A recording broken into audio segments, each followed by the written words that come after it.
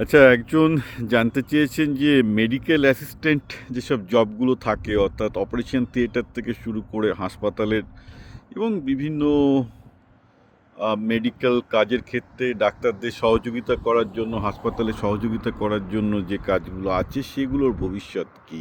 কারণ এআইয়ের যুগে সবাই ততস্থ যে কোন জব যাবে, কোন জব যাবে না। ইনসিডেন্টালি যে কোনো মেডিকেল ডিগ্রি নয়, কিন্তু মেডিকেল অ্যাসিস্ট্যান্টের জব খুবই ভালো দুটো কারণে। এক তো হচ্ছেই আমি বারবার করে বলেছি, যে চাকরিতে মানুষের চোখ হাত কাজে লাগাতে চাই সেগুলো কম্পিউটার সায়েন্সের চাকরি থেকে অনেক বেশি সেফ, নাম্বার ওয়ান।